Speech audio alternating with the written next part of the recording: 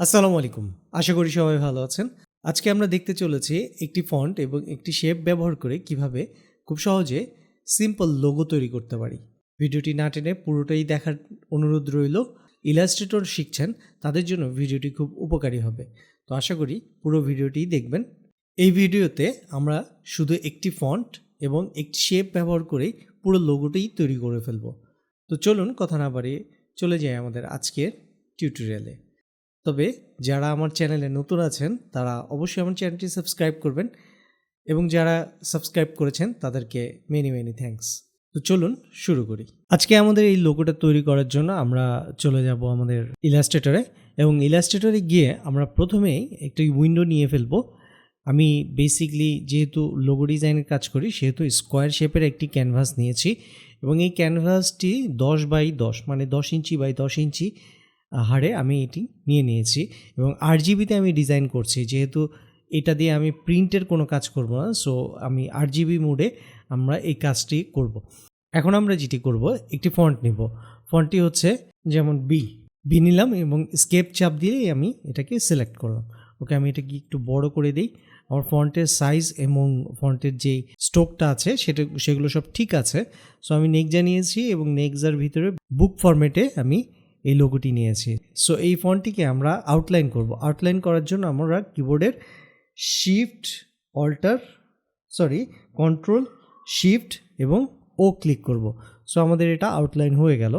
এরপর আমরা একটি পাথ নিতে পারি অথবা আমরা একটা শেপ নিতে পারি, যেমন রেক্টেঙ্গুলার টুলস। এই যে আমরা এখান থেকে রেক্টেঙ্গুলার টুলটা ক্লিক করব এবং এখানে আমরা চেষ্টা করব যে আমাদের এইখানের যে শেপটা আছে এই শেপ অনুযায়ী আমাদের এটা রাখার জন্য। সো আমাদের মোটামুটি এই সমানই আছে। আমরা একটু বড় করে নিই, এটা একটু জুম করে আমরা অল্টার ক্লিক করে এটাকে যদি বড় করি তাহলে ডানে বামে দুই পাশ থেকে এটা বড় হয়ে যাবে। ওকে, সো আমরা এখন যেটা করব সেটা হচ্ছে এটাকে একটু আমরা অ্যাঙ্গেল করে দিব এরকম। ওকে, আমরা এই যেই লাইনটা আছে এই লাইনের ভিতরে আমরা দিয়ে দিই। এটাকে একটু আমরা কালারটা চেঞ্জ করে নিই। এখান থেকে আমরা এটাকে হোয়াইট কালার করে নিই যেন বোঝা যায়। সো এই আর একটু রোটেট করে দিই।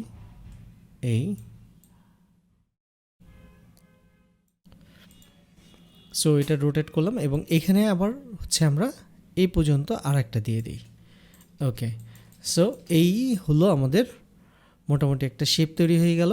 এবার আমরা এই সবগুলোকে সিলেক্ট করে আমরা পাথফাইন্ডার টুলে চলে যাব এবং এখান থেকে আমরা ডিভাইড করে দিব। সো ডিভাইড করার পরে আমরা এটাকে আনগ্রুপ করব, কন্ট্রোল শিফট জি।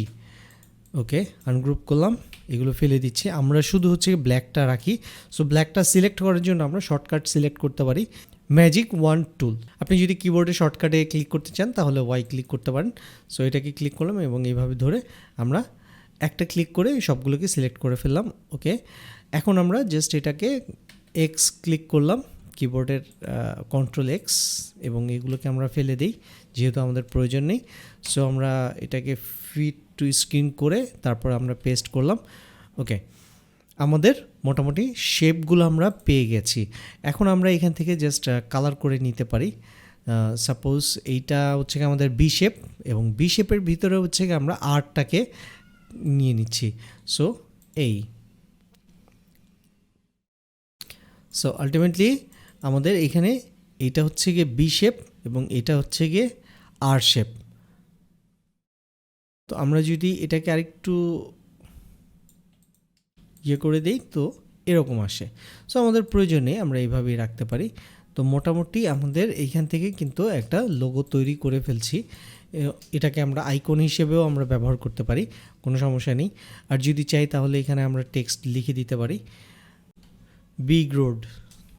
সো আমাদের লোগোটা মোটামুটি হয়ে গেছে। এটাকে আমরা গ্রুপ করে নিই। এখন আমরা এটাকে একটু নিচে নামিয়ে নিই। এই আইকনটা দরকার হয় একটু ছোট করে দিতে পারি। এই দুইটাকে আমরা গ্রুপ করলাম এবং তারপরে এটাকে মিডল করে আরও মিডল করে নিলাম। এ গিয়ে আমাদের লোগো। তো আমরা যদি চাই তাহলে এটাকে আরেকটু ডিজাইন করতে পারি। যেমন আমরা রেক্টেঙ্গুলার নিলাম, রেক্টেঙ্গুলার নিয়ে আমরা শিফট ধরে এটাকে এটাকে আমরা অ্যারেঞ্জ করব। অ্যারেঞ্জের জন্য আমরা একেবারে ব্যাকে পাঠিয়ে দিব এবং এটাকে আমাদের এইখানে যে হোয়াইট ব্ল্যাকগুলো আছে সেই ব্ল্যাকগুলোকে আমরা হোয়াইট করে দিব যেন বোঝা যায়। সো আমরা এটাকে কালার হোয়াইট করে দিই। ওকে, এটার মিডলে করব। সো যেহেতু আমরা এটার মিডলে করতে যাচ্ছি, সো এটাকে সিলেক্ট করব এবং এটাকে সিলেক্ট করব এবং পরবর্তীতে আবার এটাকে সিলেক্ট করব এন্টার ক্লিক করে। এভাবে আমরা এটাকে মিডল করে নিলাম। এরপর আমরা এই কর্নারটাকে একটু কার্ভ করে দিতে পারি। ওকে, সো এই হয়ে গেল, আমাদের আরেকটা ডিজাইন হয়ে গেল। সো এইভাবে আমরা খুব ইজি ওয়েতে লোগো তৈরি করতে পারি। তো এই ছিল আজকের ভিডিও, আশা করি সবার ভালো লেগেছে। ভিডিওটি যদি আপনার উপকারে আসে তাহলে আপনার মতামত জানাবেন এবং আপনি যদি নতুন কোনো কিছু নিয়ে জানতে চান সেটার জন্য আপনার মতামত জানাতে পারেন আমার কমেন্ট বক্সে। আমি ইনশাল্লাহ রিপ্লাই দেওয়ার চেষ্টা করব। আর যদি ভিডিওটি ভালো লাগে তাহলে অবশ্যই লাইক করবেন, শেয়ার করতে পারেন আপনার বন্ধুদের সাথে। আবারও বলছি, যদি আপনি আমার চ্যানেলে নতুন হয়ে থাকেন তাহলে অবশ্যই সাবস্ক্রাইব করবেন এবং যারা সাবস্ক্রাইব করেছেন তাদেরকে অসংখ্য ধন্যবাদ। আবার দেখা হবে। আসসালামু আলাইকুম।